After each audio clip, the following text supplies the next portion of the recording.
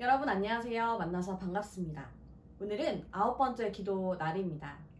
지난 일주일 동안 성실하게 기도했나요? 이번 주도 기쁘게 기도를 시작해봤으면 좋겠습니다.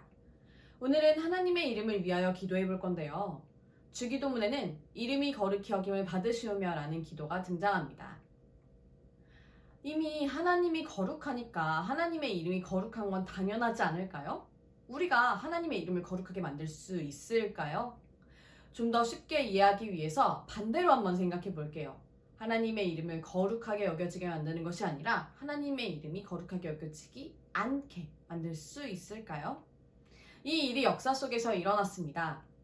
이스라엘 백성들은요, 모든 민족에게 하나님의 백성이라 불리는 민족이었습니다. 그래서 이스라엘의 악행을 저지르거나 죄악으로 인해서 포로로 끌려가는 등 이스라엘의 명예가 실추되는 것은 곧 이스라엘의 주인인 하나님의 이름이 더럽혀지는 것이었어요. 추악한 이스라엘의 모습을 보며 이방인들이 하나님이 다스리는 민족이 저렇게 행동한대 라면서 손가락질을 했기 때문이죠. 에스겔서에서는 이런 모습을 두고 하나님께서 너희가 더럽힌 거룩한 나의 이름이라고 말씀하신다고 써 있어요. 하나님이 택하신 자들의 명예는 곧 하나님의 명예이기도 합니다.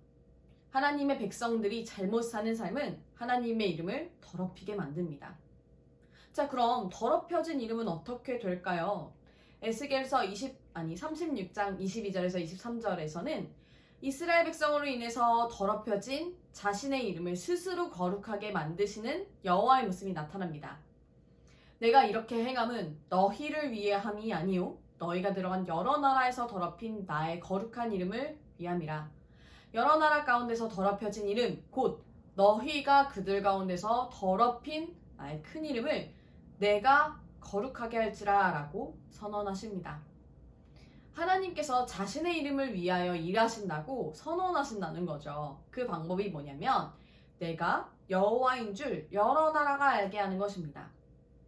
우리 하나님은 우리가 거룩하게 여겨야지만 거룩해지시는 분이 아니십니다. 큰 능력을 나타내 하나님의 위대함을 보이시고 그것을 여러 나라가 보게 해서 하나님의 하나님 되심을 고백하게 하는 거죠. 자, 다시 한번 돌아가 봅시다. 우리가 하나님의 이름을 거룩히 여길 수 있을까요? 먼저 그 일은 하나님이 하신다는 것을 신뢰해야 합니다. 하나님께서는 자신의 이름을 위하여 스스로 일하시는 분이에요. 그런데 두 번째는 우리의 삶을 통해서 하나님의 거룩하심이 드러나야 됩니다. 우리가 하나님의 백성인 것을 드러내고 드러낸 우리의 삶이 누가 보아도 선하고 옳고 아름답다면 우리를 통해서 하나님의 이름이 또다시 거룩하게 여겨지게 되겠죠.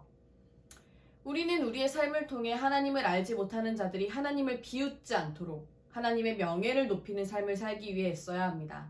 그리고 그 삶을 우리의 힘으로는 살 수 없으니 하나님께서 하나님의 이름을 위해 일하시도록 또한 간구해야 합니다.